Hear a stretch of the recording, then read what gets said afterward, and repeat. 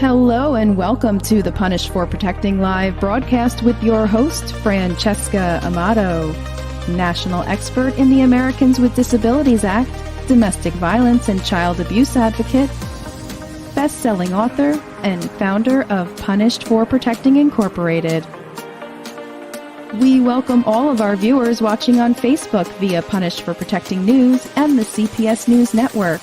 If you're watching on YouTube at Punish No More and Free to Protect, be sure to like, subscribe, and hit that bell icon. You can also find Punish for Protecting News on Rumble. Now, without further ado, here is your host, Francesca Amato.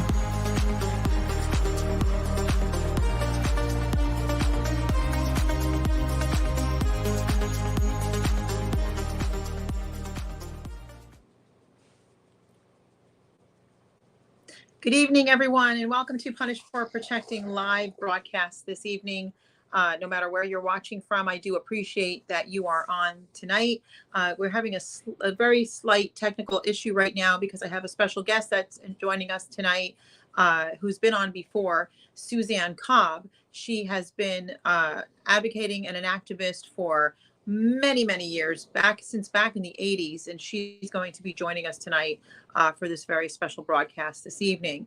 So what I'm going to do in the meantime, I do have someone in the backstage right now by the name of Tristan Nelson, and so I'm going to add screen because we do also have a emergency alert that we would like to talk about this evening. Good evening, Tristan. How are you? Oh, I'm doing good. How you doing? Can you hear me? Yes, I can hear you loud and clear. I'm actually going to put up the poster first so that everybody can see it. Maybe you could touch base on what's happening in this situation. And I do believe this is your sibling, or who is the? Yeah, that's my little brother, Evan. He's been missing for 3 weeks today, and we're just trying to get his story out there, his face out there. We've been trying to get help from the police, but they've got a big workload out in Los Angeles, so they're doing what they can, but unfortunately in the meantime he's still missing, so we're doing what we can. Now, I think from something that I read, we definitely want to talk about what he looks like and so on and so forth, so that the audience can please spread this like crazy. We're trying to get as many people to see this. I actually saw you on TikTok and reached out to you, and thankfully was able to get a hold of you to get these photographs up and to get this special bulletin up. But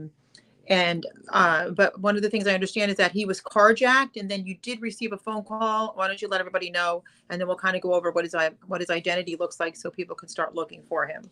Yeah, definitely. So, as I'm sure in circumstances like these, you kind of learn info as you're going, and you don't really know everything.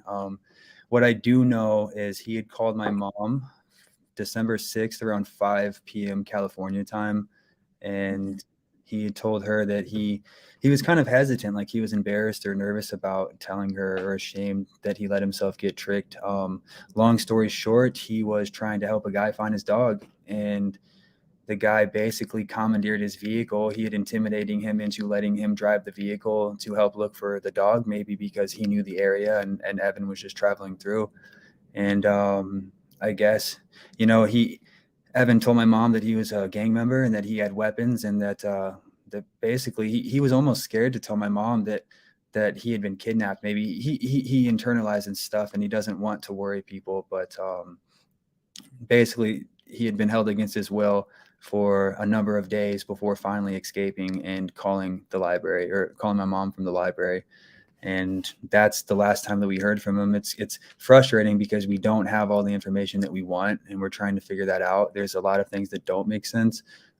We do know that phone call was made, forgive me if I say this wrong, from the Malaga Cove Library in Palos Verdes. I see. And that's California, just for the viewers that you guys that are watching.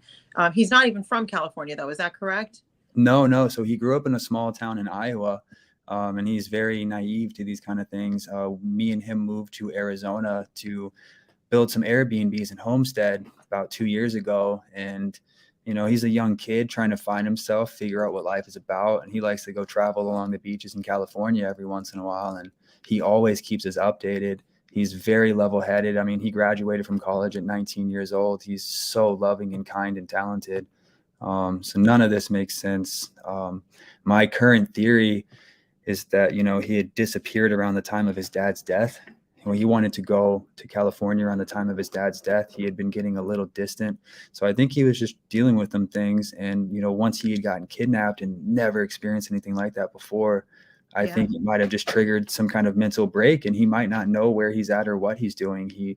That's what our concern is. Cause, you know, there's been a lot of people that say, oh, he looks like he's a drug addict, et cetera. And I can understand that from not knowing him, but he's such a good kid. And the only thing that I can think is that he just kind of lost it, and the trauma just sent him into this maybe manic episode or something, you know, where he doesn't really know where he is or what he's doing. This is so unlike him to not keep us updated on his trips.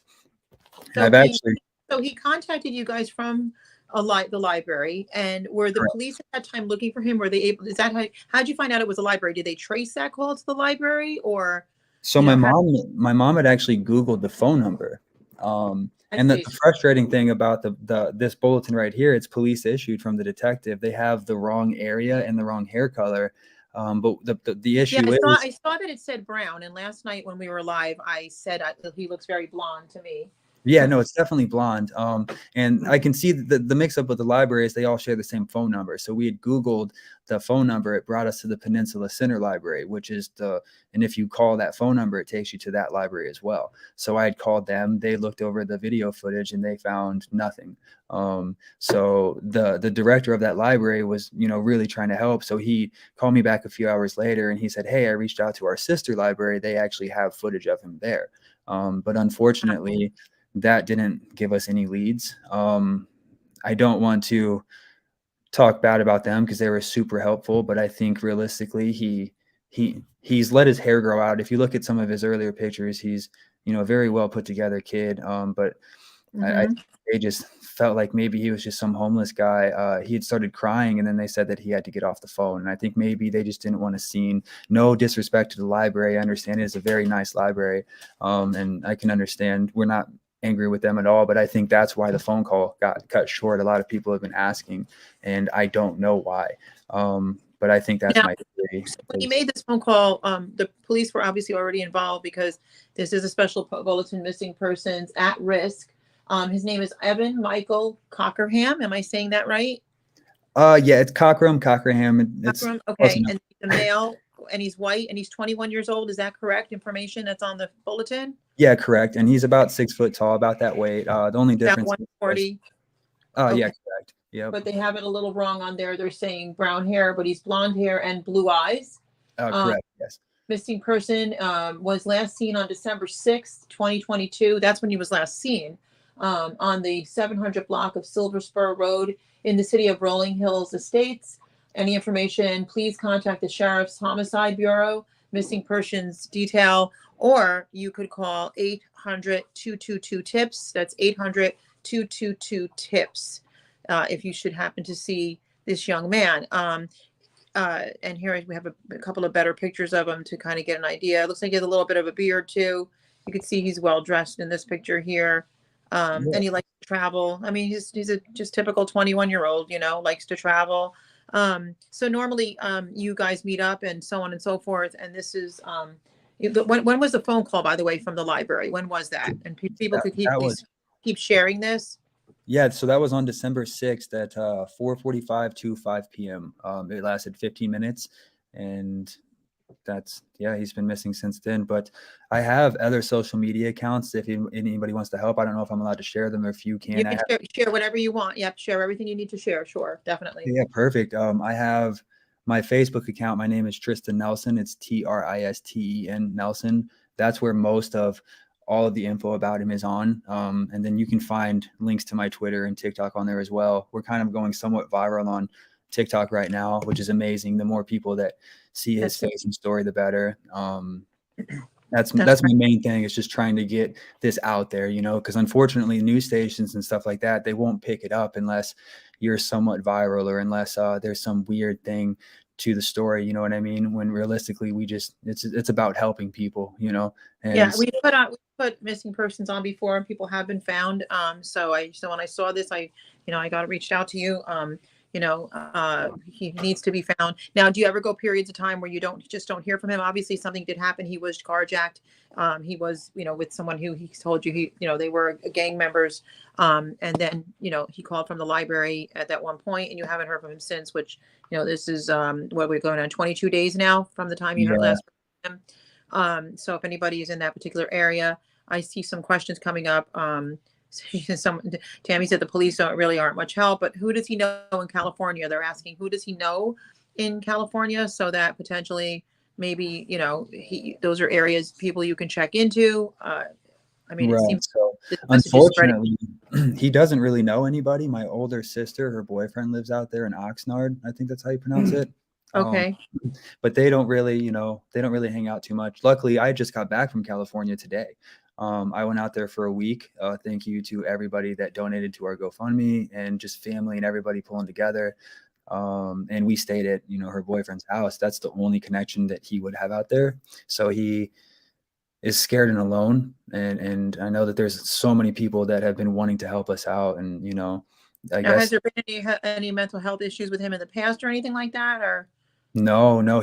So I'm 29, and I'll tell you what, the conversations that I've had with this kid have changed my perspective on life. He is so smart. He is a little backstory. And the reason why he looks the way that he does now, his dad had died 2 years ago from, he drank himself to death, and he had a drug problem, and he was homeless the last couple of years of his life. And I think Evan might be trying to relive. Originally, I think he was trying to relive his dad's last couple of days.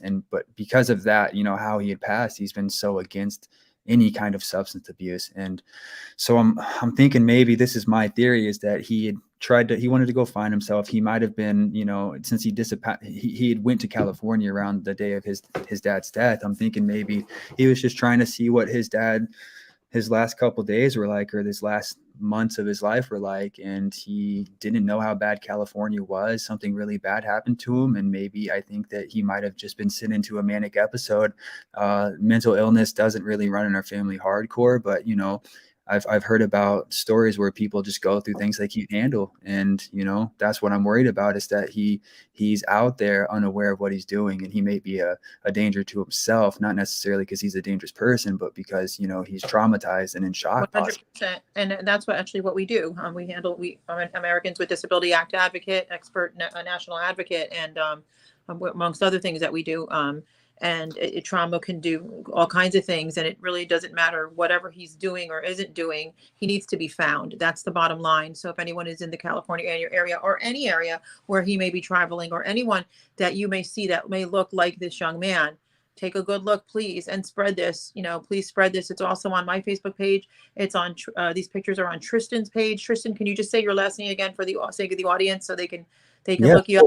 It's Tristan Nelson, Tristen. And if you don't mind, I don't know if you have access to it, or if it's possible, I just sent you 2 better pictures of a clearer version of his face on Messenger. I don't know if you can pull that up, or if it's something you have to do prior. Nope, I can probably get that up here. So if there's anything else you want to tell anybody that where they can be seeking, to look for him, go ahead and take the floor right now while I do that. So I don't know, to be honest with you. He told my mom that he was going one direction, told my sister he was going a different direction. These were at different time periods. I know that he likes to travel along the coast. The carjacker took his phone and wallet, and if he doesn't have a map, he's going to be using the ocean as a navigation point. If the ocean's on his left side, he's going north. If he's on his right, he's going south. I'm assuming he'd be going south where it's warm, because he's from Arizona now. He's been living there for 2-3 years. And so that's why I focused on Santa Monica Pier all the way down to San Diego, back and forth, up and down. I know he's a very clean person, so he'd like to be taking showers, and beaches have clean showers, or they have free showers. So I would assume he's just on the coast somewhere, if he is on his own, Otherwise, at this point in time, he could be anywhere after 3 weeks, which is unfortunate. But at the same time, I've been getting messages from Orange County, Florida, so it would be a good idea to keep your eye out. no matter where you are. But if you're in the Southern California area, along the coastlines would be best. Maybe in mountains, if you like to go hiking, do not put yourself in a dangerous situation. If you're out and about already, that would be amazing if you can keep your eyes out. But mainly just beaches, to be honest with you. That's what I would assume. And we were able to put up these pictures of your brother. And did you want to, is there anything you wanted to say to anyone, or to your brother directly, if possibly he gets to see this video or anything? Did you want to just reach out to him as well? I just want him to know that he's loved by so many people. You don't say it enough in life, you know. You think you'll see them again. Sorry. He's one of my favorite people in the world, if not my favorite person. And he needs to know that we are looking and doing everything we possibly can. And anybody else that's listening, just, you know, nobody's life is more important than the other. But I mean, he has such a bright future, and I just really hope that if we can all work together, we can help him achieve that future. Well, you sound like a very fine young man, and we're hoping that this is going to get into the right hands, and someone's going to see him, by these photographs that are up on the screen. I wish you the best, and we'll be praying for you for sure, and for your brother, in hopes, and I'll be paying attention strictly as much as possible to hopefully see him come back and be safe and back home and safe with you. But again, I'm just going to have this back up on the screen one more time here for the audience. This is an emergency special bulletin. It's Evan Michael Cockeram, male, white, 21 years old, 6 foot tall, 145 pounds, blonde hair, not brown, blonde hair and blue eyes. Detectives from the Los Angeles County Sheriff's Department are seeking assistance in locating the above missing person. So you can always call the Los Angeles County Sheriff's Department, but you may see him anywhere. He could be anywhere. Okay. He's a missing person, and he was last seen. And also there was a phone call in to his family on December 6, 2022. He was last seen, though, on the 700 block of Silver Spur Road in the city of Rolling Hills Estates. Any information, please contact the Sheriff's Homicide Bureau, Missing Persons Detail. And you can also call the Crime Stoppers by dialing 800-222-TIPS. Again, that's 800-222-TIPS. And I thank my audience for doing your due diligence by spreading this message. You can get these bulletins off of Tristan's page or my page on Francesca Amato on Facebook. Or you can go to Tristan Nelson, Tristan Tristen, Nelson Nelson, and let's help us and help Tristan to find his brother. Tristan, thank you very much for being on the show this evening, and I wish you well. And we will be continuing to pray, and I will stay in touch with you. Okay? Yeah, thank you, and thank you for doing this for everybody that you do it for, and thank you for doing it for us. I appreciate the opportunity. You're more than welcome. We're hoping and praying and believing for a good outcome. Okay? All righty, thank you. You have a good night. You too. Thank you. Bye-bye now. And now I'm going to bring out my guest, Susan Cobb. Hold on. I'm trying to get you on here. There we go. There we go. Hi, Susan. Hello. Well, we have as usual, we have a doozy of a story that we're doing, and we did have this incident that took place, and I wanted to get that information out for the public to spread. Thank you, American Amy, for being here. I know she will spread this. So tonight we're talking about the blood is on their hands, judicial murder. So we have some story, some show for you guys tonight. I want to thank my guest, Susan Cobb. Suzanne, you have been an activist since the 80s. You've been on before. Wow. I'm still going. You're still going. You're still going. And tonight we felt that we wanted to start showing this is not going to be an easy show. Suzanne, you know that last time we did something, it wasn't an easy show because we're showing what's happening. But these are the deaths and the abuses of America's children through judges. And that is why I titled it, The Blood is on Their Hands. And we're going to show, some happy stories where we've had some, good results that took place, but they're not happy because of what they've done to these children and families. Right. So exactly. What I think I'm going to do, Susan, why don't you just kind of lay a little foundation for the audience and for the viewers. And I thank you guys for sharing this live broadcast tonight. And I thank you guys for also sharing that the story that we just had, so of the missing persons, because that's very important as well, because we're here for life. We're here for the life of human beings, and that's what we're here for. And it doesn't matter really what they're doing. If someone is missing, we need to do whatever we can to find them. And we have this amazing tool called the internet that we can really spread these things, and it really makes a difference. But Susan, why don't you go ahead and lay a little foundation, and we're going to just start showing pictures, and as they appear on the screen, we'll talk about them. Okay. ASFA is like a vehicle that's allowed the theft and the slavery of children of beloved parents and from good homes. And the village that is gotten fat from ASFA is the problem. We want to eliminate that whole village, that village called CPS, the ones who come up with fake charges and steal children from your home, and you don't have a trial. We want to eliminate that whole thing. But the judges, they're the ones where the buck stops there. They're the ones that have the ultimate responsibility, because they're making these decisions, and then these children are being tortured and killed. And it's not happening fast. They're being slowly. A lot of the stories I have tonight are kids that were slowly tortured to death. That would have never happened if they hadn't been stolen, if they hadn't been taken, kidnapped under color of law. And that's what we're going to stop. But until it cannot be stopped until the public, until people know that it's happening. And with mainstream media blackouts, that's being prevented from most people finding out the grave danger that they are in and that their children are in. We're all in danger of losing a child that we love, whether it's a relative, a grandchild, a nephew, a niece, our own child. We're all in danger, and we have no clue that could happen at any moment. And there would be nothing anybody could do. Some of the cases that we're going to be sharing tonight are really big in the news cases right now. It's just that they're in the alternative news because it's being blocked for people to find out just how bad it is, what's actually happening right now. So I have a lot of current things. I think it's kind of toward the end. But I just know that if people realize how close they are to losing their own children at any minute, they would definitely get involved. It would become an issue that all political candidates would face. They would have to face it. They'd be forced to face it. All legislators couldn't hide anymore, would have to address it. Legislators do know. They have been made aware. This is not a secret to them. It's just being kept from the public at large.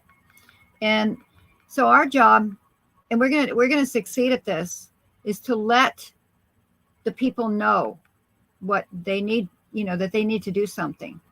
And people need to not underestimate what their power of their voice is, or power of their activism, or the power of what they take a stand and decide to do about it, even if it seems like a small thing.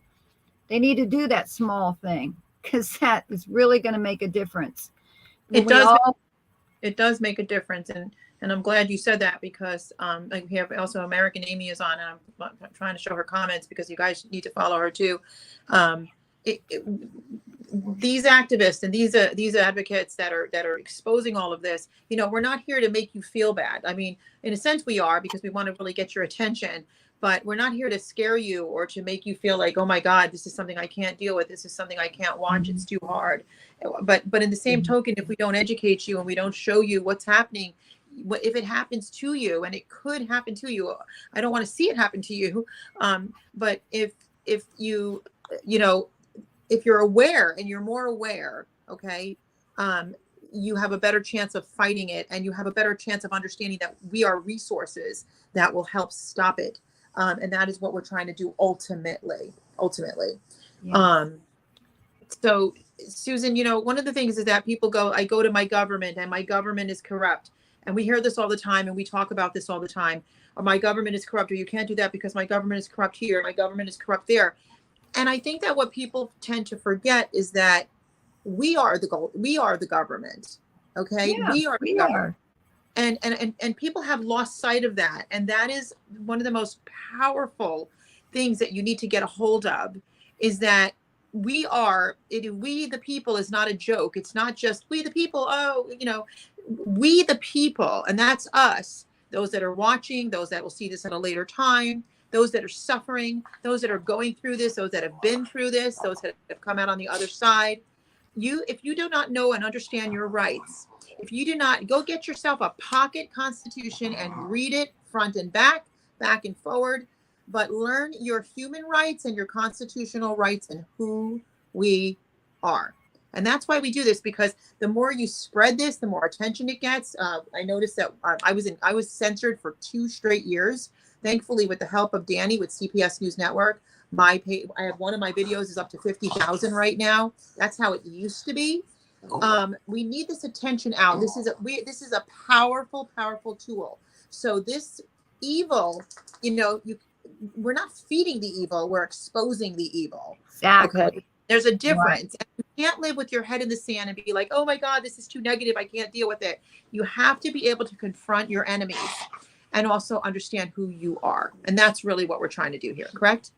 Exactly. And people need to understand that the legislators have to deal with what we give them, what we present. If we don't present anything to them, they're off scot-free. They can do what they want. You might have noticed that's happening a lot. So the people actually have to cause a stir. They have to give them a problem to solve. Now, a lot of times they will take the problem you've given them and they will use it for their own purposes and solve it different than you wish. But they haven't even been forced to deal with this problem, because people get distracted by the things they distract you with. We need more money for more social workers. We need more money for better facilities to put these kids in when we take them. No, you need to get back to the Constitution and forget about taking more of our money, because you're taking them for slaves. That's all you're doing. And then they're enslaving the parents. The parents become the slaves also. Parents are going to jail now when they can't pay the exorbitant child support payments to the state after their kids are stolen. It's people have no idea what they're actually able to do when they get up and do something. They must not underestimate their own voice, their own power, and they have to you actually have to use it. You have to use your voice, and you have to do something. And then the legislators have to deal with you. You've got to make sure they deal with you. So the main thing, Francesca, is that we are our own media right now. We have to be our own media. So therefore, that's not a problem. You know what that is? That's an opportunity. And that means we need to actually do a job and do it well, and everybody get up and do the job. Everybody be their own media. That's why I think Twitter is so popular right now, is everybody thinks that they're getting heard and seen when they weren't before. I don't know if that's going to last or if that's true. That's not the point. It's popular right now because people are jumping in to be their own media. And it's not even just that. Like, I know that there's people, and you have to use wisdom, of course. I know that there's people that are like, well, I don't use this one, like TikTok or that one, because TikTok's owned by China, and da, da, da, da, da. And I understand that. But if you're going to fight the beast, you cannot be afraid of the beast. Okay? It's just that simple. If you know who you are in God, then you need to know that you have that armor on, and then you need to go into the battlefield and take back what belongs to you. Okay. Amen. So I'll give you an example. Like, I'm on TikTok. Okay. I can't stand a lot of the sick things that are on there, but there's a lot of good people on there too. So if the good people don't infiltrate it and they just let it be taken over by the evil, it'll be like that with anything. We have to infiltrate and take back what should be ours. Now, they already know what's going on anyway. I don't know what you think that you're hiding from. They already know what's going on. But for example, if I wasn't on TikTok, I would not know that this young man was missing. So I would not be able to put it on my program to try to get more attention. Try to get more attention. I just kicked my own screen to try to get more attention on this young man. Okay. And his life matters. His life matters very much. So so that's just something that's very important too. But there's a great deal of power in the palm of your hands. There's a great deal of power in your mouth. Those that are watching right now, okay. And when your children are in danger, I would walk through fire, go through a train. It doesn't matter. You got to get up and you got to go. And I know that the enemy on a whole, does everything.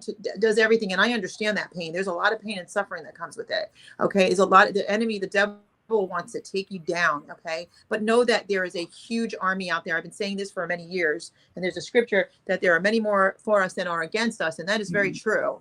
Okay. Very true. And so join the party, join with us, and we together can and shall take it down. We've seen a lot of great things come of it. But I really want to expose these judges. Everybody's always CPS, and I'm not taking away from that. That's true. But without those judicial rubber stamps by these judges, okay, that the CPS really has no power.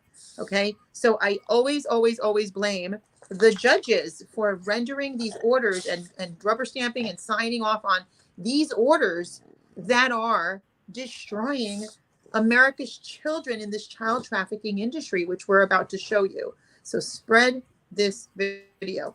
Susan, what I'm going to do is I'm going to go ahead and I'm going to just start with a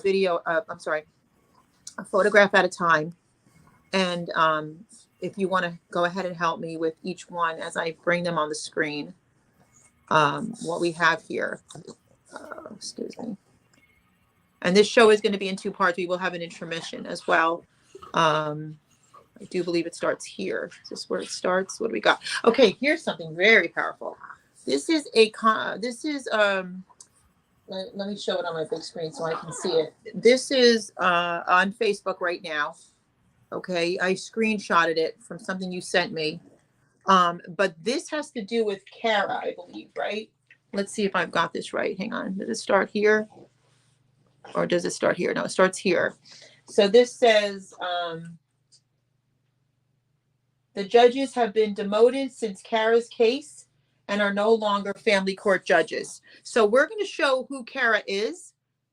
Susan, did you get kicked? I think she got kicked. We'll bring her back out.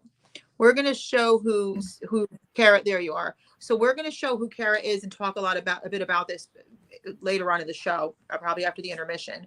But this status up here, you know a lot about this. Susan. The judges have been demoted since Kara's case and are no longer family court judges. Now, this woman was put through hell. Her son was murdered in foster care. And her daughter, I think she had to get access to her just to take her. I don't even know. She was super young. And what happened with that? What happened with that case, Susan? So Kara kept fighting. I mean, I've heard a lot of stories, in the 6 years that I've been dealing with this cause. And there's been some mothers that have fought. But Kara was like relentless. She just wouldn't back off. So she went after police. She went after.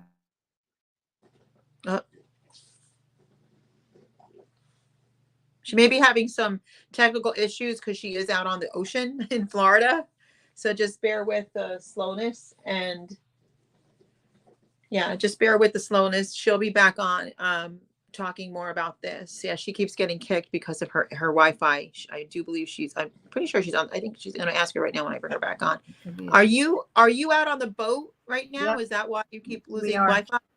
You are. Yeah, I don't know why it keeps kicking off, but it does. All right, I'll just keep bringing her back. That's okay. No, it get kicked off.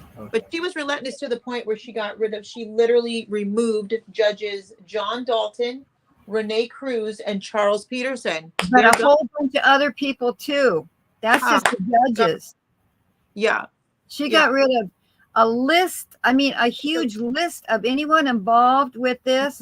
Mm-hmm. And she developed thousands and thousands of people on her little Facebook page.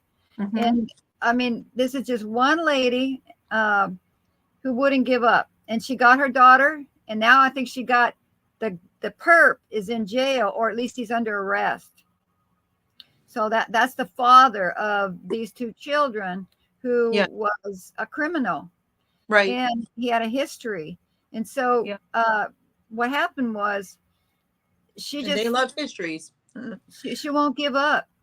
And so she's got the little girl safe now, and she's got the guy in jail, and she's still going after all the people that were involved with covering his crimes. So God bless her. Yeah, God bless her is right. She needs to. We will be talking more about Megan Walsh, and Megan actually just did Too Strong. I think it was yesterday or the day before. So we have this one here. We have, I got to get it to load on the big screen for me because it's hard to see. But it says, Missouri girl 10 looked like Holocaust victim and weighed 39 pounds as she was starved to death by adoptive parents. And there are the parents right there on the screen. That happened in Dent County, Missouri. A 10-year-old girl has lost her life after being tortured at the hands of her adoptive parents, not biological, adoptive parents. At the hands of her adoptive parents, Josie Ann Abney died while weighing only 39 pounds at Salem Memorial District Hospital in Missouri on October 3rd. And it says that her child, her age, should have weighed between 70 and 75 pounds. But again, we're titled this today, The Blood's on Their Hands, Judicial Murder, because how did she get into foster care in the first place? Who signed the order? That's my biggest thing. Who signed the order? We already know CPS is corrupt, Child Predator Services. But a judge signed an order to give that child to these people right here that you're looking at on the screen. She was the first foster child that they got. They had like 12 others after her, 10 or 12. And so people observed this child dwindling away, and they had her for a few years, is what I'm trying to say. And so they were fosters, but she was the only one they adopted. They got her originally before they did the other foster care. So that means that foster children were in this home, hopefully observed by CPS, right? Isn't that the rules? I mean, that's the procedure. And they would have seen the little girl dwindling away. And as you're speaking about this case, I've got more people writing about other cases, Erie County, Schenectady County. People are talking about murders and abuse of their own children or children they've heard of. But keep going, Susan. I'm sorry. No, this little girl, a sweet little girl, did go to school. I think they pulled her out of school. That's something that a lot of these people do, is they pull their kids out of school so that you can't see what they're doing to them. Yeah. Mm-hmm. But she was in school for a while, and this particular child, but nevertheless, whether she was in school or not, they had a lot of foster kids that they fostered, and they would have had what's called the state's involvement in observing their house. They come to do visits. Anyway, and look at, we're going to talk more about it later in the show. Look at Tommy Valva. He went to school and he was eating out of the garbage can in school, and they did nothing. And he's dead. The schools desperately tried to save that kid, and they're suing the judge and all of the people involved in that right now. The mom is suing them right now because so many people called the therapist, the mother. They never listened to the mother, but the school. They all called begging for somebody to save that child, and they were sex trafficked. 100%. Two boys. 100%. Audience, those of you that are watching, I will be happy. I'm looking for your messages. If you want to name a judge, if you want to name a county, if you want to name something, if you want to name a DCS, a DSS, or a CPS, do it. We'll get it on the screen. We want as many into this live broadcast as possible, not just what we're showing you tonight. Okay, we couldn't fit everything we needed to fit in here. Susan and I could be sitting here for days on end collecting this information on these stories we know personally, and stories that we've read about ourselves, stories that we're actively been involved in, and stories that are out there. I mean, the one that just had the chicken tied around his neck on the front porch, and then they ended up putting the rest of the kids back into DSS custody. The one that just died in the washing machine. Okay, all foster care. We have this one here. It says judge enables father to murder mother, and we have multitudes of these. That happens a lot. Murder mother and daughter. This is Lindsay tried multiple times to get a restraining order against her ex.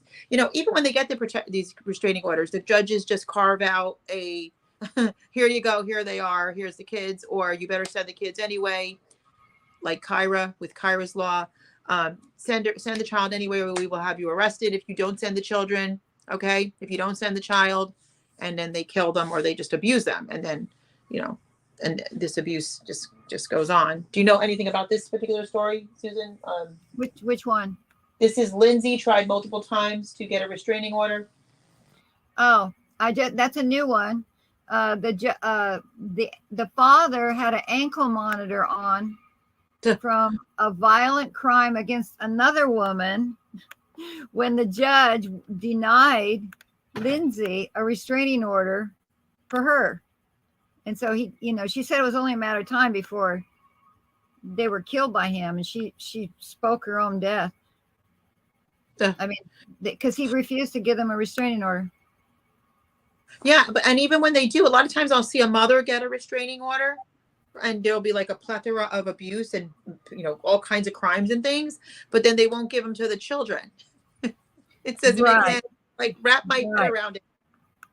Here's one that everybody, you've seen her, and ironically, this little girl looks like Kyra. She looks like her a lot, who the father killed, and the judge forced the mother. That was the Jacqueline Franchetti case. But this little girl here, this is and this was from Medical Kidnap, which would be Terry LaPointe's original media outlet. Devani, before she was scalded over 80% of her body while in the care of a couple that DCS placed her with. Okay, this is an Arizona girl, raped and burned in foster care, still represented by the same attorney. I'm gonna bring her back out. She keeps getting kicked out. We'll keep bringing her back out. Okay, I'm gonna get rid of the other one though, because then we've got too many, and I'll remove this one from the stream. It's better. Are you talking about Devani? This is Devani. Yeah, she's a beautiful little girl, and still represented by the same. That's the thing too. Like in the case that I had, it was Amy Ingram, and she would not get off, and she just would lie and lie and lie, and it's just unbelievable. And you watch these people actually deteriorate in front of you. You actually see these people who work in the system with their lying. You literally watch them become more and more physically unhealthy. I've seen it because of the way they conduct their lives. They're always drinking. They're always drugging these people because their consciences. They could harden them as much as they want. God still put one in there. And that's why I say the blood's on their hands. The blood's on their hands. So, yeah. Well, Devani, her driver, which would have been a state worker, a CPS worker, her driver quit because she couldn't stand what they were doing to the child. The child was brought out of a loving home. Right. There had been an argument between the parents where they were yelling at each other or something, and the child wasn't there when that argument happened. And it wasn't a DV either. And so the neighbor called on them for that. And then they took the child and they never returned her. There was no, you know how they do. They just make up something and they keep them. So she was given to somebody who was a sex trafficker, and he did do that. And their evidence was more than enough evidence, and they wouldn't do anything until, he nearly killed her. And then when that happened, they gave her to another foster family, and parents still never got a chance to get her back. And those people, that mother nearly scalded her to death. All of her skin came off, 80% burned, and she survived somehow. Yeah. But her mom wasn't even allowed to see her in the hospital during any of that. This kid's on her own, basically at 2. And that's the trauma, and then you and I see, we see the after effects when children come home and what they've been put through that they should have never gone through in the first place when they come home. Now, I'm not talking about when they die, because there's that. But when they do come home, and when you do get access to them and you see what's happening to them and how traumatized they are, I could go through all the social science research and so on, but what's the point? I mean, common sense will tell you this is extremely damaging to the human psyche, to this, to everything about a young child that's developing. And then what do you think is going to happen to them in their future? How is this helpful to America on a whole? How is this helpful to you and I? How does this benefit? When people say, oh, well, we should reform it, but we shouldn't abolish it. What are you talking about? do you even understand? That's why we want to show these stories, because it destroys life. It destroys these young lives into their futures, which means into your future, into your child. If your child marries one of these kids in the future, what do you think their success rate of having a happy home is going to be? You know what I'm saying? Like, this is an ongoing logarithmic effect nationwide, globally. Just removing a child from a home, if they went to a good home, is still permanently traumatizing. That's not going to go away. It's not going to be okay. And I do know that the evidence is out there. They know it's out. You know, they study this in school. They don't care because they don't get money for leaving them in the homes. They ask for money if they take them out and they adopt them out and they create reasons. So many of these cases, these people that I've gotten to know, they invented reasons so they could keep them. That's Once right. they take them, they want to keep them. That's right.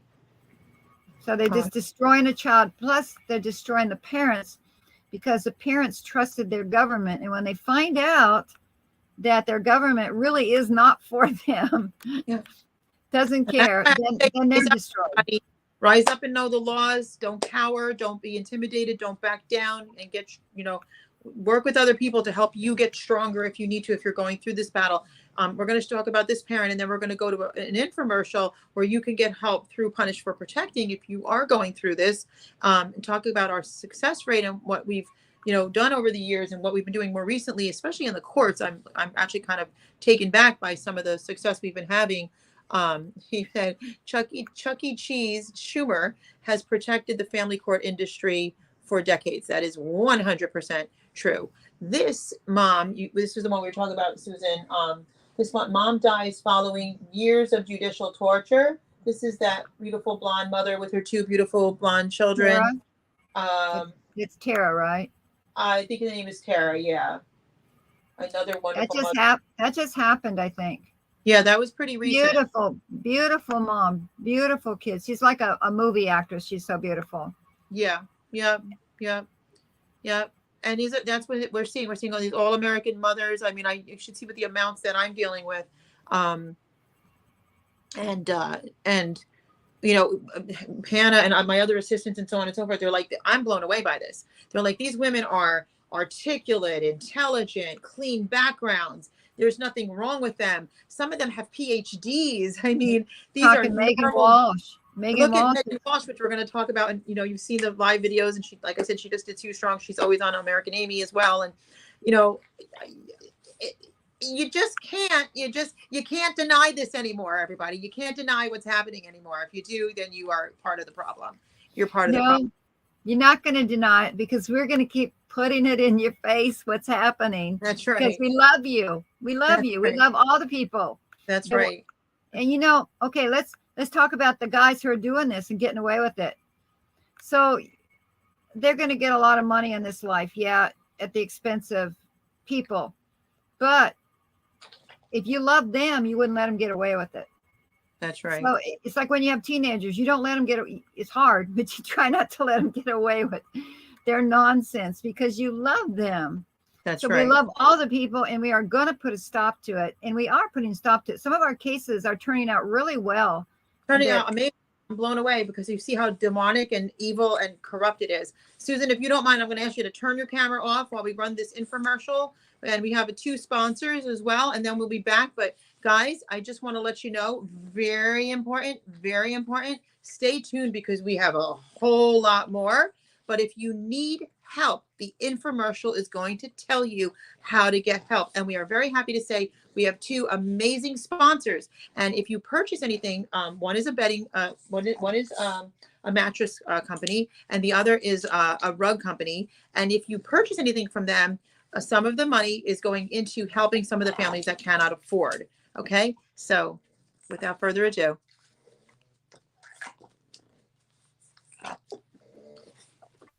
We'll be right back after a message from Punished for Protecting Incorporated. Each new generation of protective mothers is shocked when they first go to family court and find it doesn't favor single mothers and is willing to jeopardize children.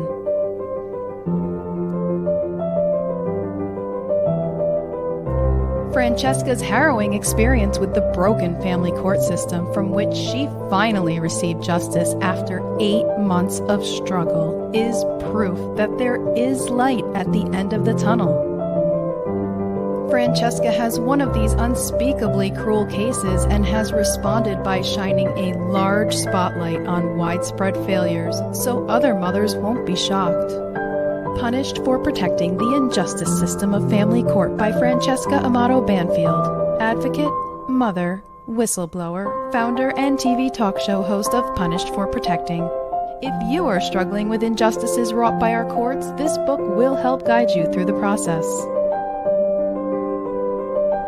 Available on Amazon.com. Search Punished for Protecting and get your copy today. Help abolish family court by purchasing Punished for Protecting merchandise. Here are our top sellers. See the link in the YouTube video description to find out how to get your Punished for Protecting t-shirt.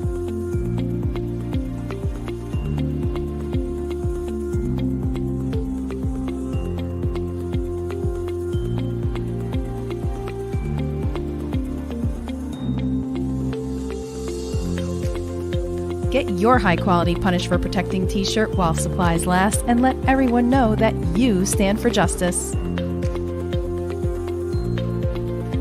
Are you being re-victimized by the family court system? Do you need help with your case? Go online and book a talk with Francesca.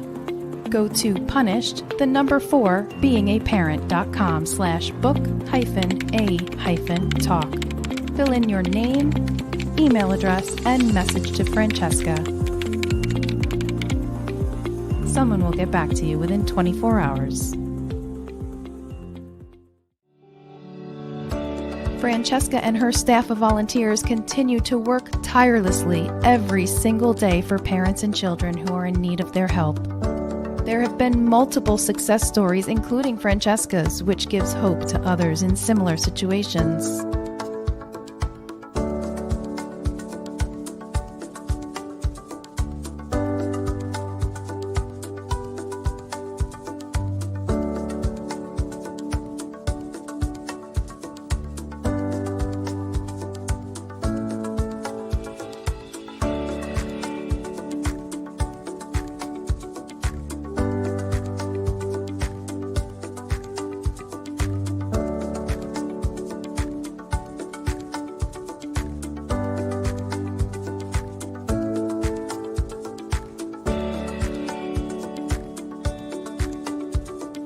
Punished for Protecting Incorporated has incurred out-of-pocket expenses with zero funding to help families get their children back or to save their children from being taken. We also have provided funds to help with retainers, food, lodging, and travel. We really need your help so we can continue to provide our many services. Any amount is greatly appreciated. If you'd like to donate or sponsor a family in need of help, go to Cash App, Free the Children. And now back to our broadcast.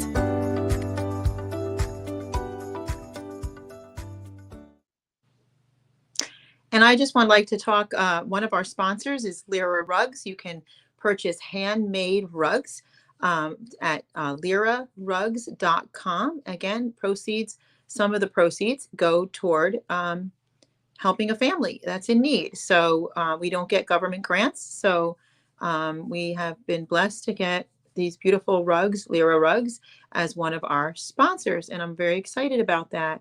We also have another sponsor that I'm about to show you shortly here on the screen. So just please bear with me.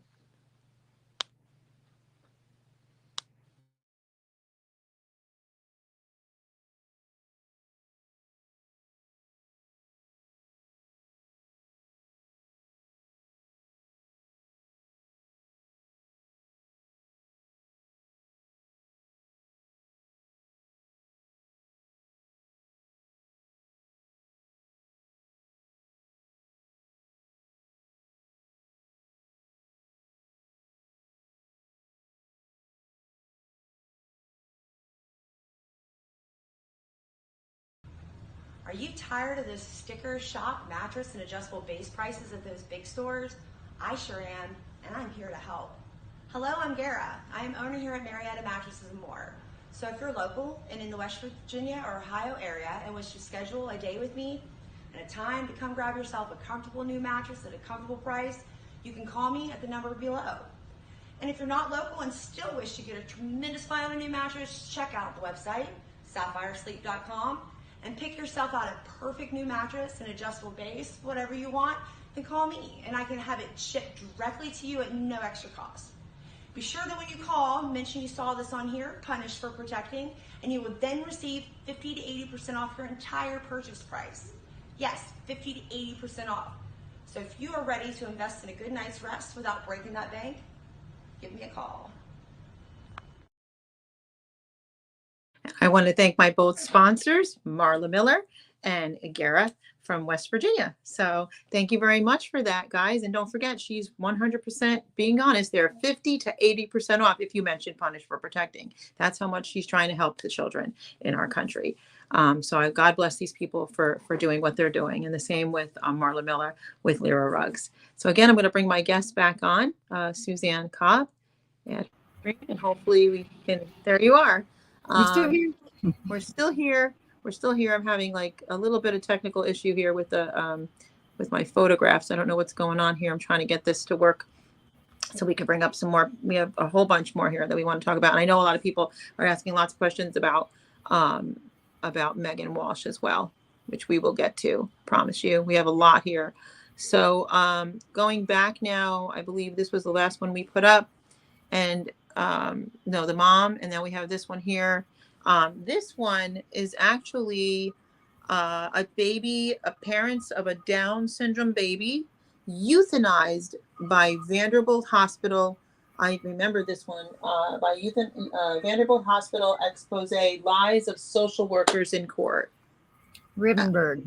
How do we even deal with something like this? That should have went global, because what happened was the parents were moving, and so they were going to switch over to homeschool because of where they were moving to and what they were doing. And what happened was they decided to pick up these kids when she canceled a well baby check for the new baby. It was 10 months old, I think. He was going to have a heart, some kind of a heart surgery in the future. So they did checks on him to see the status of it. And he was healthy. He was fine. But she had canceled one, and she was going to reschedule the appointment. So they used that and the fact that the girls' attendance at school, since they had started homeschooling, was spotty. And they took the kids in the foster home. Something went very wrong, and he went south. And they rushed him to the hospital. But nobody can prove, what happened in that foster home. But they tried to do a surgery right then, and it didn't go well. Then I think they did a second one, and it didn't go well. And so there was a lot of responsibility for doing bad things to this little baby, from what they originally took him and put him in the foster home, and then when he went in the hospital, there was they botched the surgery. They did things wrong there. So to protect them, the judge ordered the baby to be put down. They ordered an execution. It's actually, I forget what it's called, but they gave him a shot of Profenol or something like that. I forget. It's the same stuff that killed Michael Jackson. It's a literal euthanization. It's disgusting. Yeah, absolutely. And so they're praying God. Propofol. Tell me that blood's not on their hands. And so the grandma was there fighting all the way. And so she was quiet and nice, because she wanted to be there with the baby. And she was filming the fact that he was not comatose, or he was just happy little thing, moving around and responding to her, talking to him. And then they came in to give him the shot, and she wanted to film them killing him. And the cops were going to arrest her right there. So she got out with the film. So she got out, but they killed him. They did. And there was a lot of hospital personnel quit before they killed him because they were so upset at what was being done. And that was a public, the Rivenbergs, they did a good job of sharing their story. But when the media refuses to really cover anything, you're on your own on Facebook, right? Yep. And we all tried to share the story. We all tried to fight to save. A lot of people tried to stop them from doing it. But the judge had his way. So by judicial fiat, that baby was executed. And the little girl was adopted out, to my knowledge. Unbelievable. Like they didn't go through enough. Like and the dad was arrested for nothing in front of his little girl at a visitation just to mess with him more, I think. There was no reason to arrest him. They created a couple, they always make up stuff. They always make up stuff. That's what they're demons. They're demons. They're trying to cover their butts for what they're doing that's wrong. So they have to build. She's gone again, guys. I'm going to bring her back in as soon as she reloads. I'm going to bring her back in. Okay. She's on a boat, so really gracious for her to be doing this. And so the Wi-Fi kind of kicks in and out. Melanie said, "What a disgrace. Thank God the hospital staff quit because they knew it was wrong." Yes, it's quite sick. Here comes Susan. Here she comes back on. Good thing I can keep adding you back. I know. Now, this one, very, very well, this story. Let me just try to, this is the parents of baby kidnapped after forced cesarean in Connecticut hospital. Call on public to attend hearing to remove parental rights. So, what's going on with that too? But before, give the audience, so they understand what's happening here. So this is at Theodoro's you're talking about. Yeah, Theodoro's. Yeah. We went to Connecticut. That one got us so upset. I mean, it doesn't take much to get us going, but that was really bad. Yeah. So I heard that the story was they were driving to Maine, I think, for a baby moon. It was right before the baby was going to be, a few weeks before the baby was born. And his parents lived in New Jersey. So they dropped the two boys off in New Jersey for them to babysit, and they went off for a time together in Maine. And on the way, Connecticut was on the way, she was having back pains from driving, from riding. I remember. So they were both they had graduated from medical school together. He had a great job. Oh, they were a great, amazing family. Great family on all sides of the family. But he was Egyptian. His dad came over from Egypt, and he was as a small child became a citizen. But he looks foreign because of they're handsome people, and she and so she went in for a backache to just make sure everything was okay. Within 1 hour, they had her tied down, force medicated, and had that baby cut out of her and stolen. And he only got the movies of it because he knew how to keep his cool. They were threatening him. They were doing stuff, doing mean things to her. And he knew that something was seriously wrong, but he knew what to do, and he kept his cool. So he's able to get movies of it, and lots of recordings.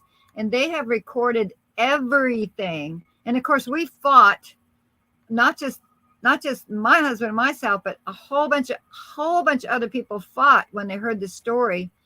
It took over 2 years to get that baby back. They almost killed that baby. They almost dropped it, right? And they got a picture of them with them almost dropping it when they've taken her out of the C-section.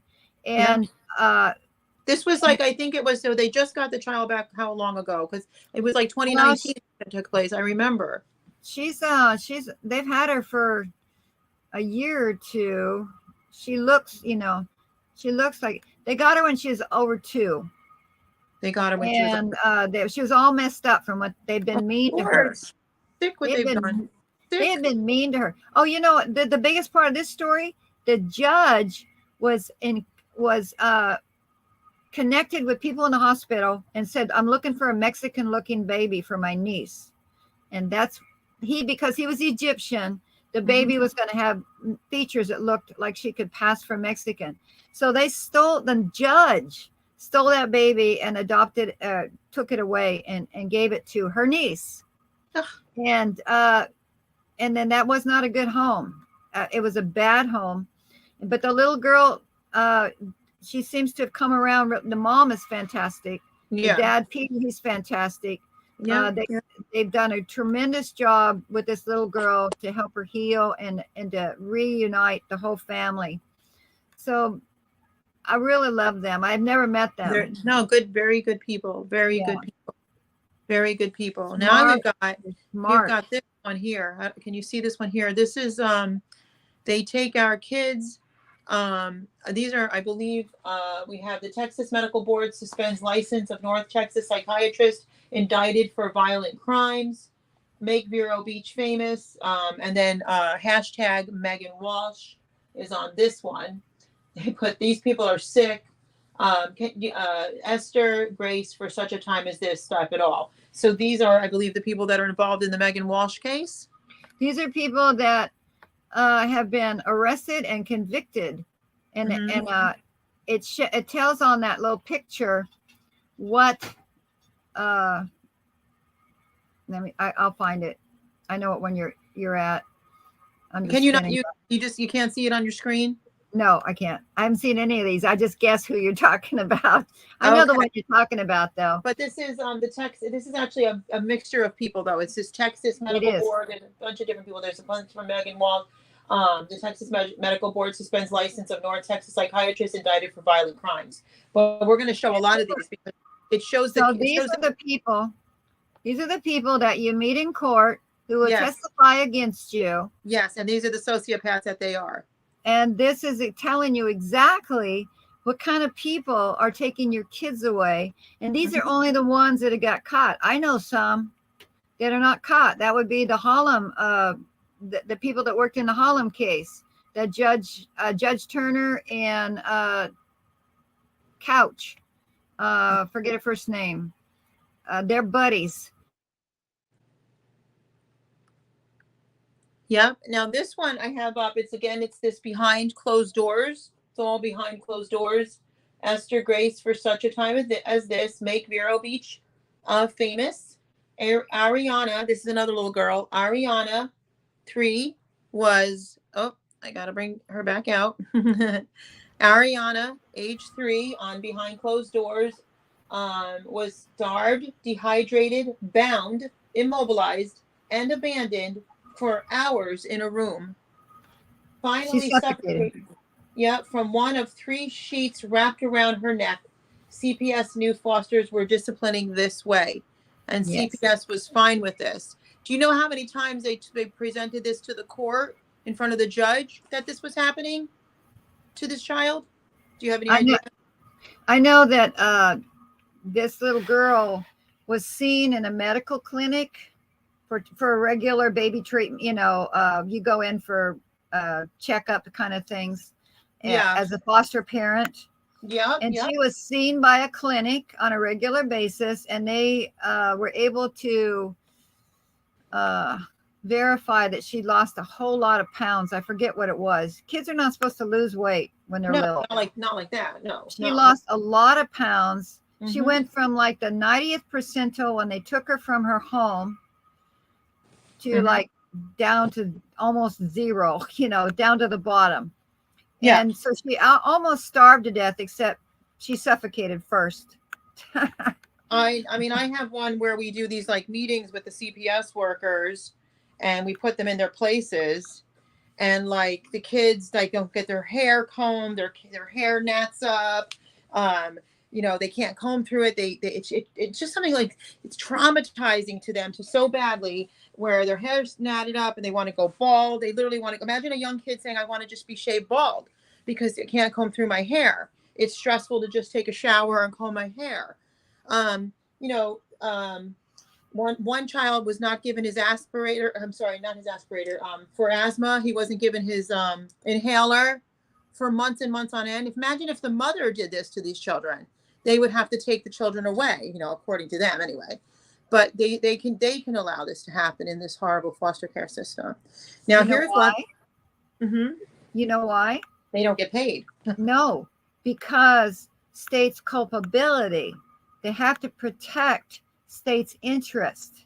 Yeah. So if they act on any of these reports, then they're going to be liable, and they can't accept responsibility for complaints, and they can't accept, because the parents can sue, or somebody can sue for their negligence.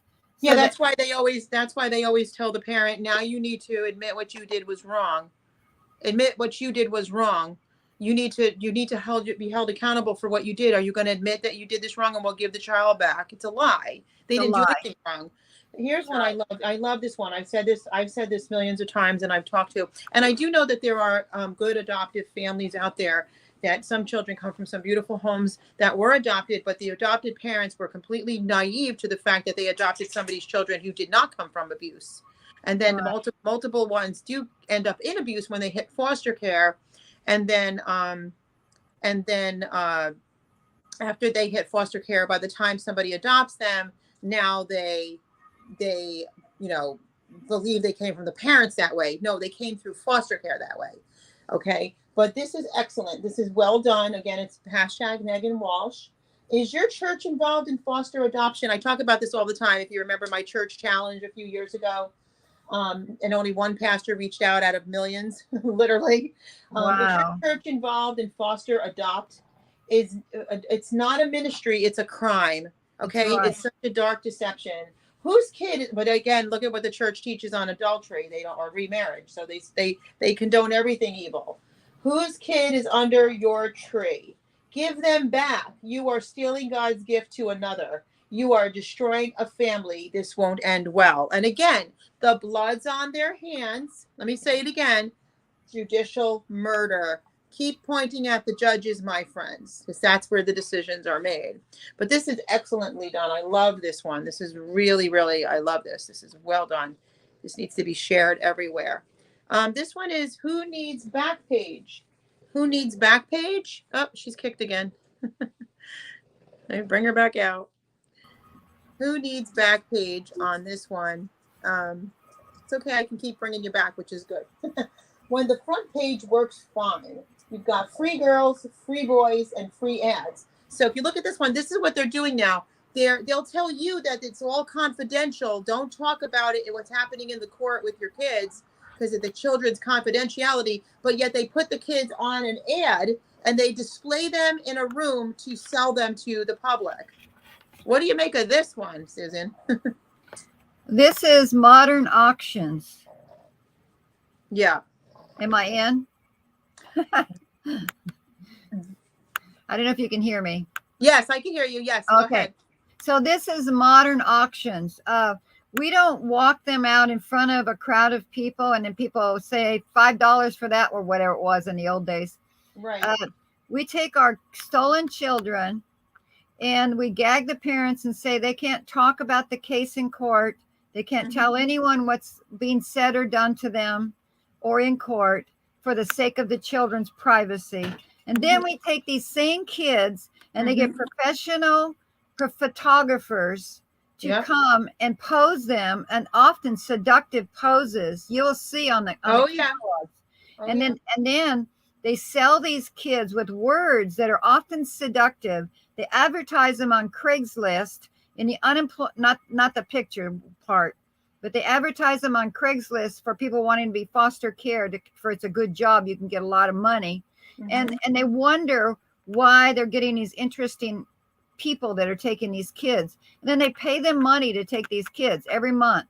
I mean, you get money every month to foster adopt a kid until they're like 20, if they're going to school, until they're 18. It's if a they're disgrace. And it says on the bottom of this, it says CPS pays you to take the kids they steal. What could go wrong?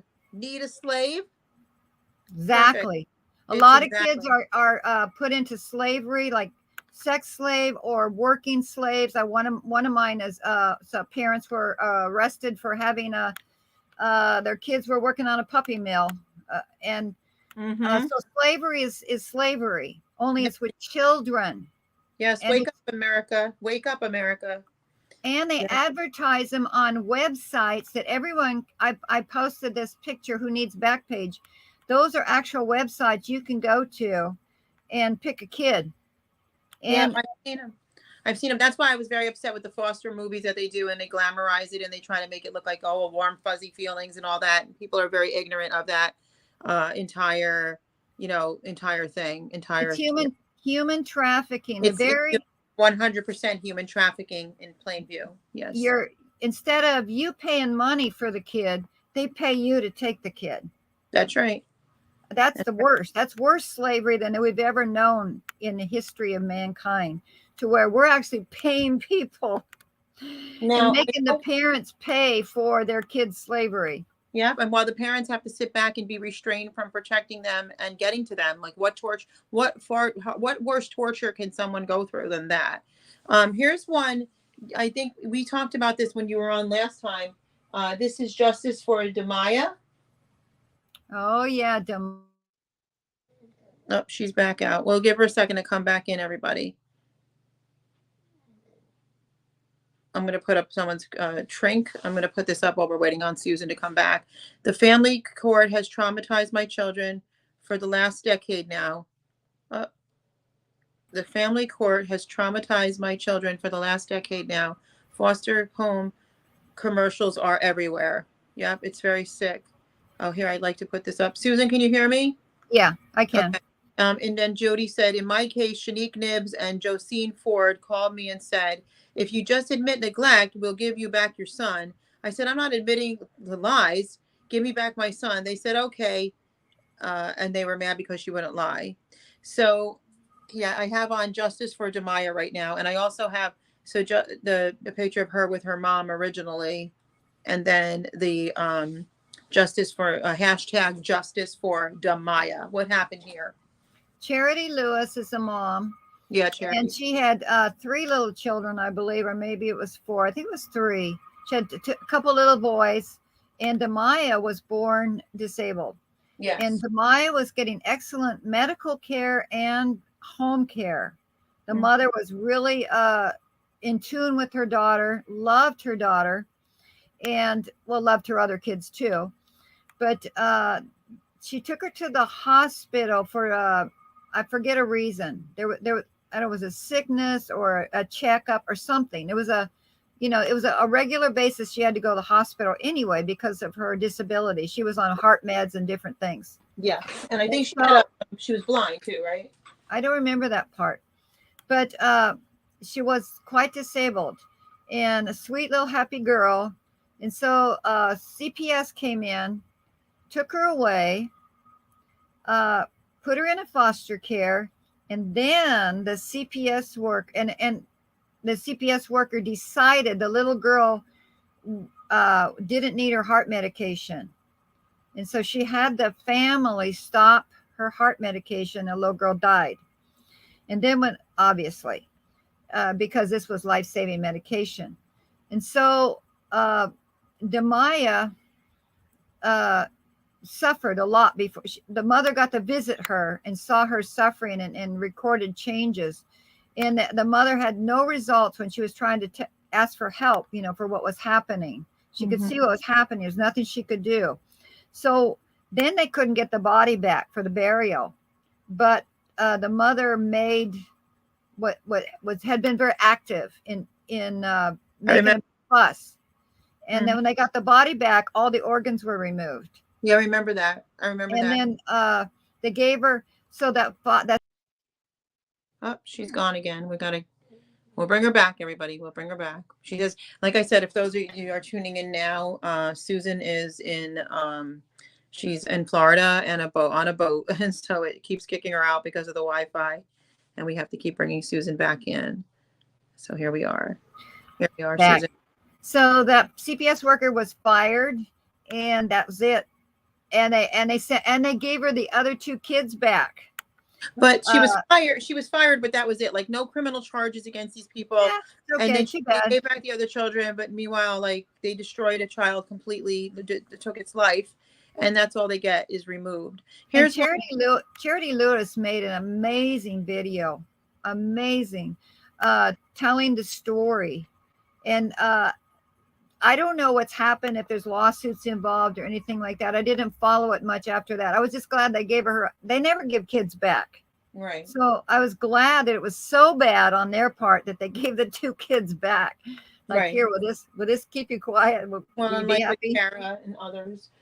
Judge Turner with Al paid state's witness Edith Couch and their little baby stealing enterprise in just one state. It's everywhere. DHS, DHR, difficult decisions. That's the next one. That's the Holland baby.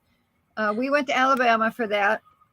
That's what brought me into this cause, because I didn't know it existed.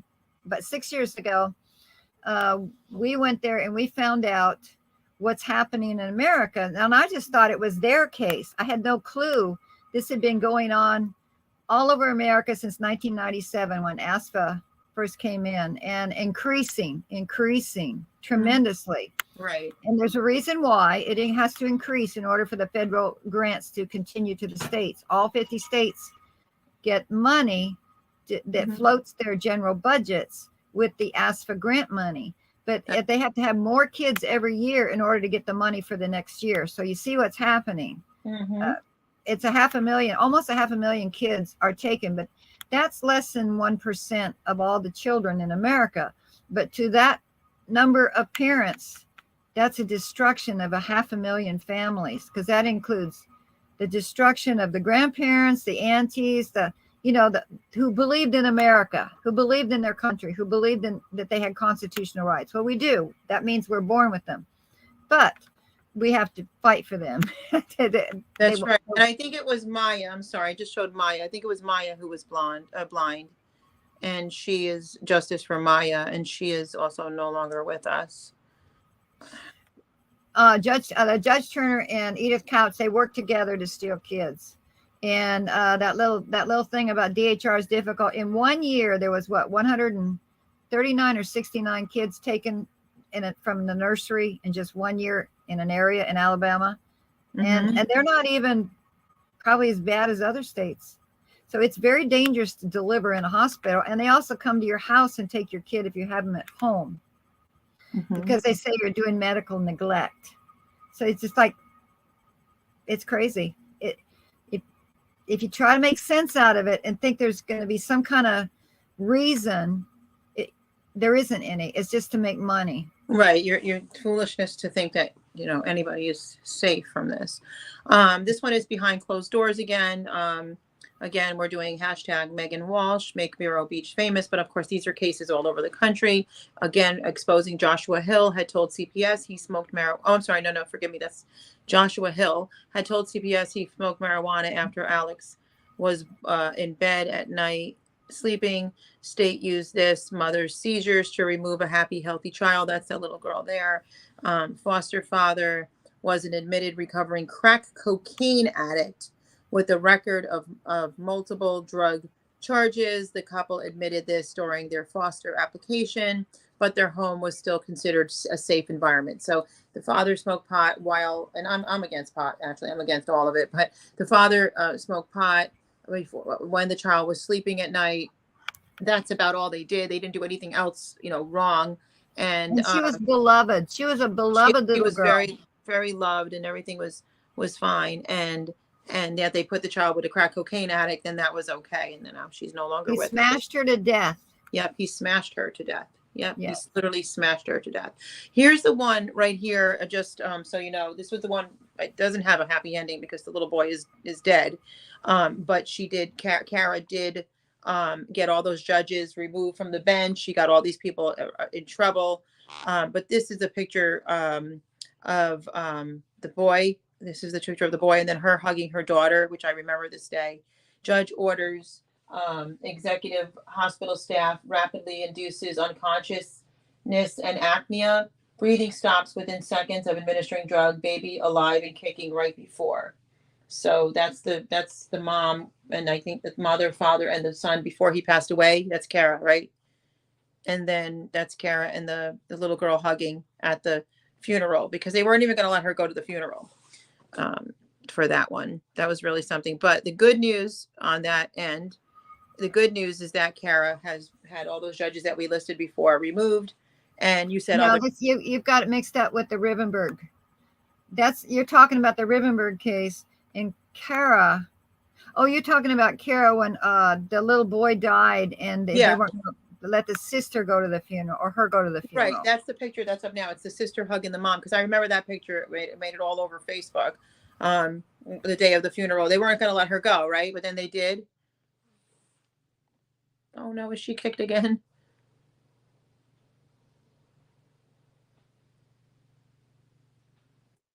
Okay, bringing her back out.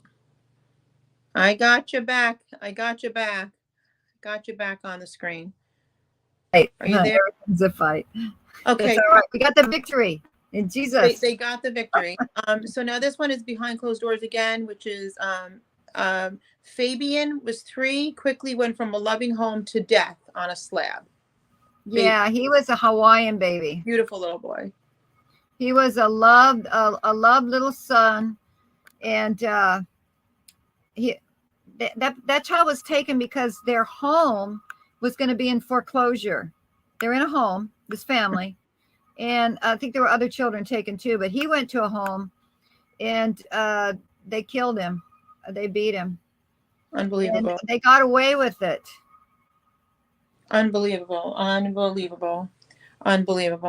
the parents reported bruisings and problems at every visit. They were seeing more and more.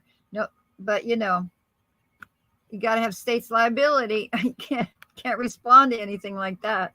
Well, the whole system needs to be abolished, and these actors need to be arrested and held accountable for these murders, deaths, and abuse of children. Period. Exactly. On behind closed doors is single mom adopts 9 special needs kids. Zai Nay 9 drowns in tub after 8 hours in her own waste. Bonuses to state workers per adoption. And then it says what could go wrong. And then it says there's still the same thing with Make Vero Beach famous. Now we've got one. Okay, that's just you can't see the screen, but it's actually the day that oh gosh, I just forgot her name. The mother that was giving birth, not giving birth, but they literally ripped the child out of her in Connecticut. It's showing that picture. So the little girl that was disabled, she was given to a single mom who was given 9 special needs kids. Yes. Left the child with an autistic teenager, one of the kids, and left all of them with him. Was at Walmart or something. But the child was in the bathtub for 8 hours and drowned in her own waste. Yep, and drowned in her own waste. It was a little CP girl, cerebral palsy girl.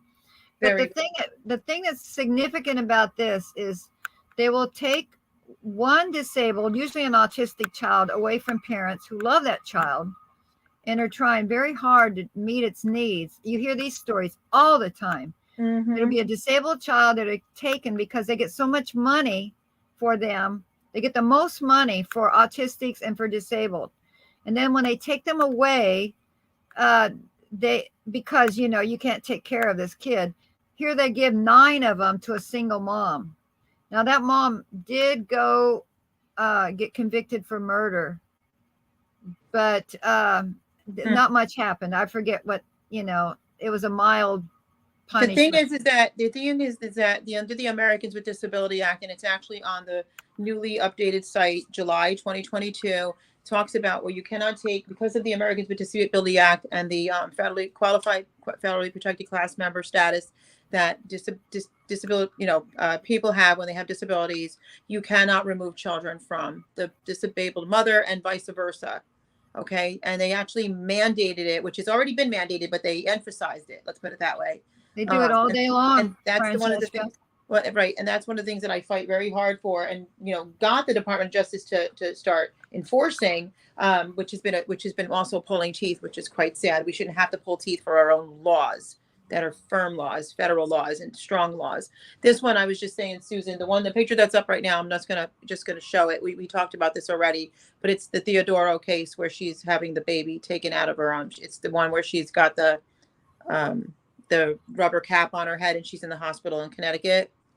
Yeah, the dad took many pictures. I only posted 3 for you, but that one thing that they do is take a lot of pictures. That family, they have so many pictures in movies, and he did it. They tried to kill her in the hospital. I didn't tell you that part of the story. After they took the baby, she was on diabetic medication and blood pressure medication, and they locked him in a room and they wouldn't let her have her medication. And then she went into a medical crisis. They wouldn't let him out of the locked room, and they finally decided not to let her die, and they gave her some medication. And then they finally decided to let them out of the locked room after the baby was removed. And like it was 2 or 3 days, and then they could leave, but they almost killed her. Imagine being this family and you're just going about your life and you're normal people and you're just going about your life and next thing you know, you like stop off at a hospital because something's going on, you're pregnant, and you literally stepped into a Freddy Krueger movie. Yes. Like, you know, if you were to take their story, just theirs alone, and you showed it on Lifetime or something, people would be up in arms going, this is crazy. How did this happen? Like, you can understand if a psychotic person does something like this, but when you have a hospital staff that's doing this and a judicial system that's doing this, you know, and then you're saying, you know, but you guys still want to, those of you that still want to just let the government, you know, control everything, those of you that don't want to take your power back, you know, maybe this will wake you up. I don't know. And the governor of Connecticut denied that she existed until we made it so clear and plain that we were going to get him for that. They exist, you know, they existed. 100%. Here's one again on Behind Closed Doors. Mariah died a painful death. Now, guys, it's going to say Make Vero Beach famous and everything, and Esther Grace, which is Megan Walsh's daughter, or hashtag Megan Walsh. But these stories are not just Florida on these little banners, okay?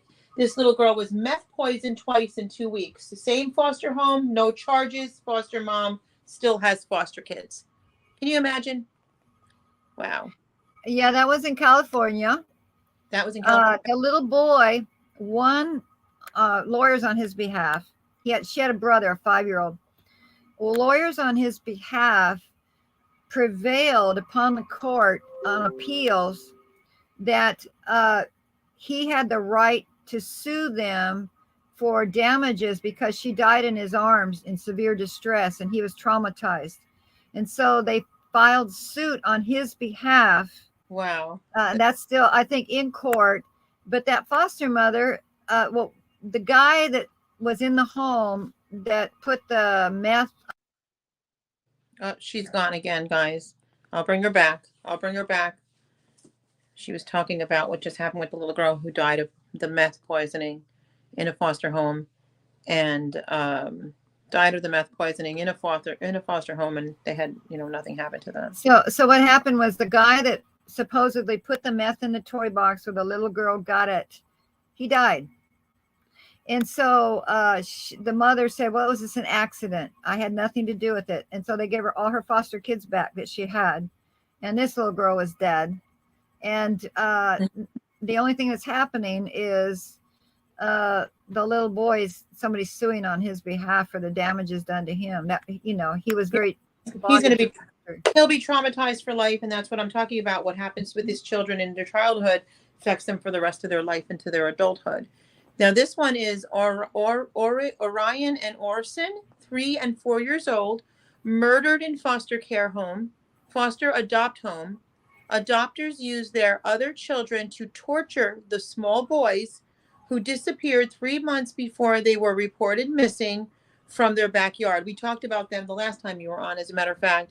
Parents held for murder without a body based on multiple witness statements. 2 beautiful. They had the kids kill him. And had their own children killed them. These are the sickos that they're giving children to. And the kids that they had been they were foster adopted too, I believe. Yeah. You do what you're told. This is showing, I don't know who this lady is, but this is just showing a little piece of the legal document quoted. It's just a matter of time when he's going to kill me. But they don't want to hear that. That's just it. They don't want to hear that.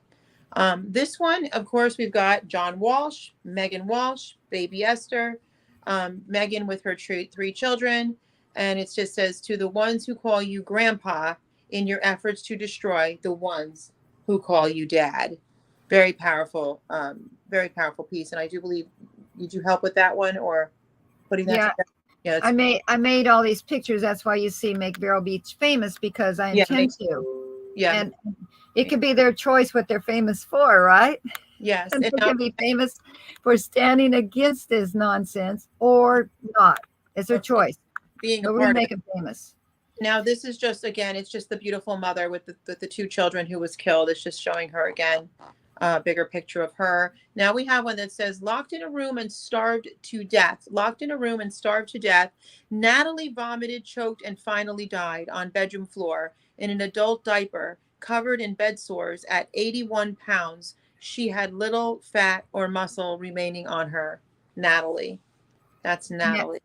Natalie was a 16-year-old girl that the mother almost killed all the kids that were there. She was just the weakest one, I guess, to go. And they were all starving too. They were being starved to death and other kinds of abuse. And this was an adoptive mother who I think went to jail, or it's in trial, one or the other, for murder. And what she did was, the kids were in school. She pulled them out and kind of went crazy on them. And they locked this girl in the room, and she just died. She starved to death. And the other kids, they didn't know what to do. They were getting a little better treatment, but I noticed this happens a lot in these foster adopt homes. It's a common theme that they're slowly starved, and I don't get that. And another common theme that I see all the time is they have to go to the bathroom in a bucket, or they're not allowed to go to the bathroom or take showers or anything. It's like, what? It must be some kind of a mental condition. I've seen often as well, where they, or they're beat. They're beat to death. It's usually the smaller ones are beat to death, but the older ones are starved.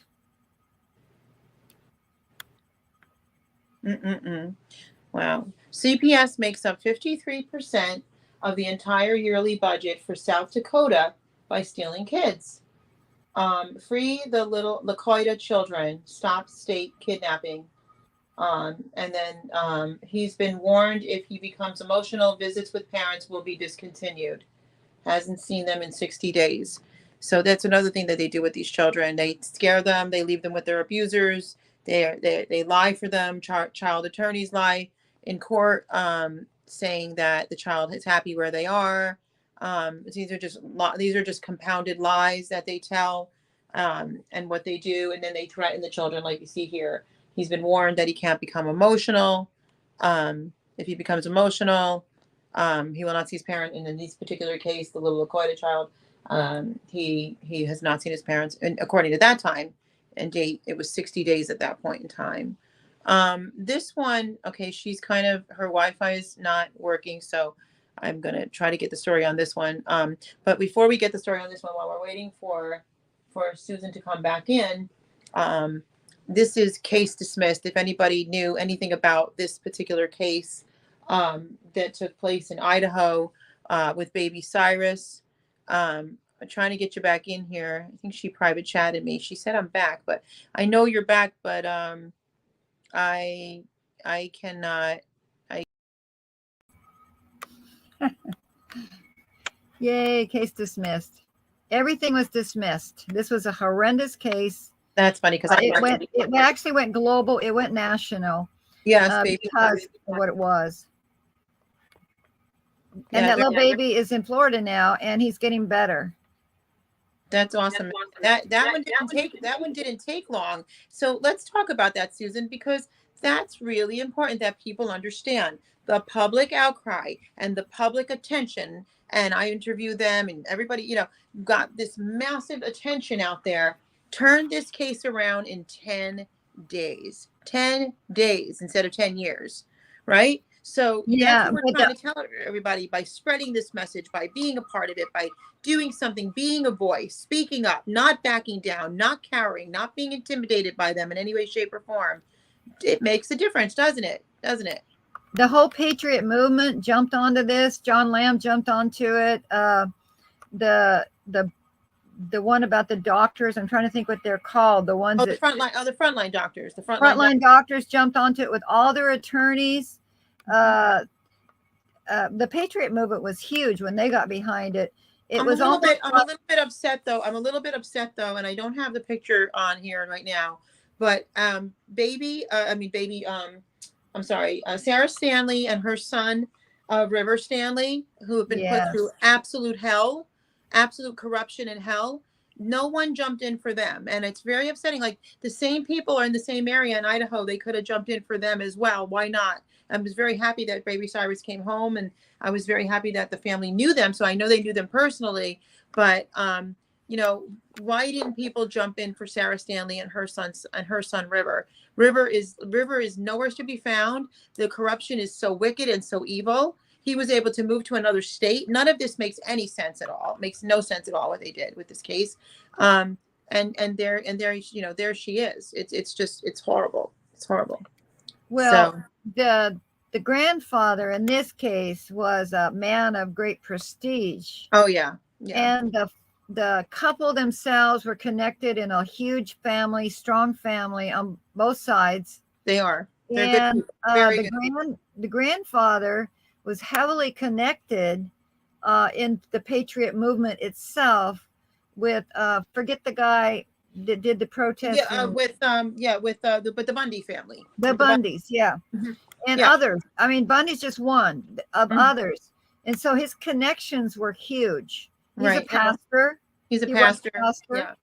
Mm-hmm. And so, and they also had superior media skills. Yeah, no, he already runs a web page, and they whipped together great stuff online.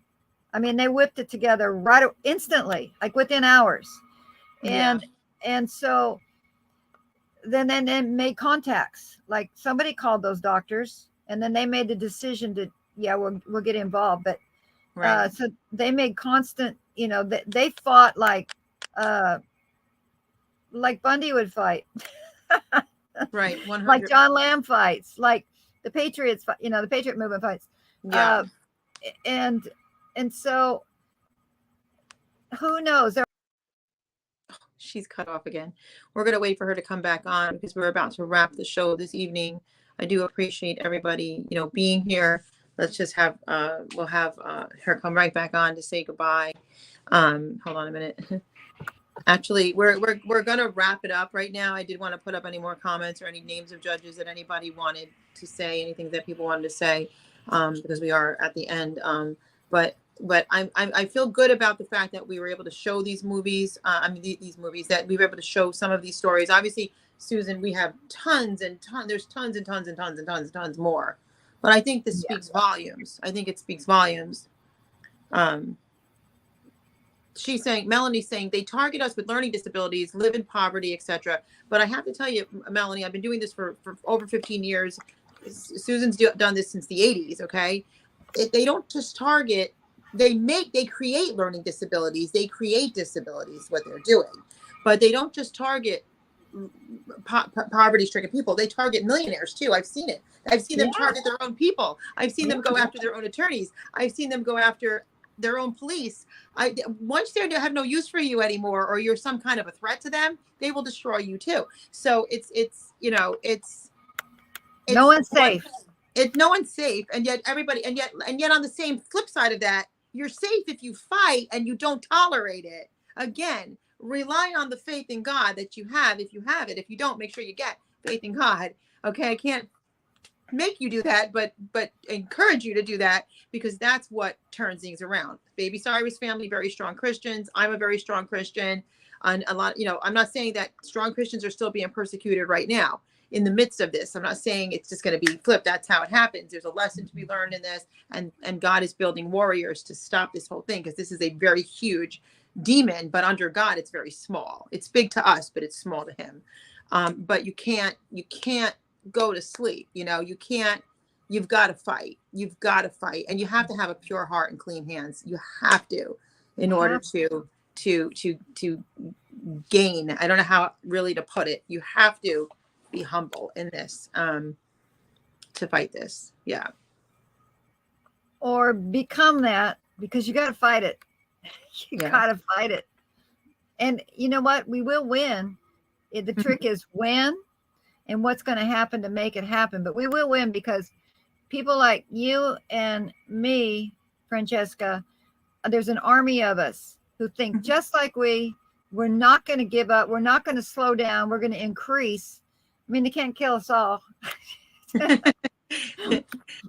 To live is what is it? To live is gain, and to die is Christ. Or so no matter what, we don't really die. We live an eternal life. But no, we're going to be good. There are multiple foster kids. I've seen a lot of them on TikTok, actually, that are blowing up on TikTok, and they're blowing up on TikTok. And I would really like to take some of their stories. I'm in touch with some of them and bring their stories out, because they are going after CPS for the torture that they were put through. Yes. So did you know that Melissa Deagle got reunited with her two girls and her son? Talk about Melissa Deagle for anybody that's been following that one. Go ahead. So she did get reunited. They got reunited. And that one girl, the oldest girl, filed a lawsuit. And I've got that on my webpage. The lawsuit that she filed, they kicked it out of court. It doesn't matter. She got out there. Doesn't matter. Yeah, you keep doing them. What she put all the things they said and done to her. Good. So now that is so powerful. It's on Pacer for everybody to see. It's there for everybody to see. Pacer. Yeah, I got it on my thing too. It's like there you go. The Give girl your is website, just beginning.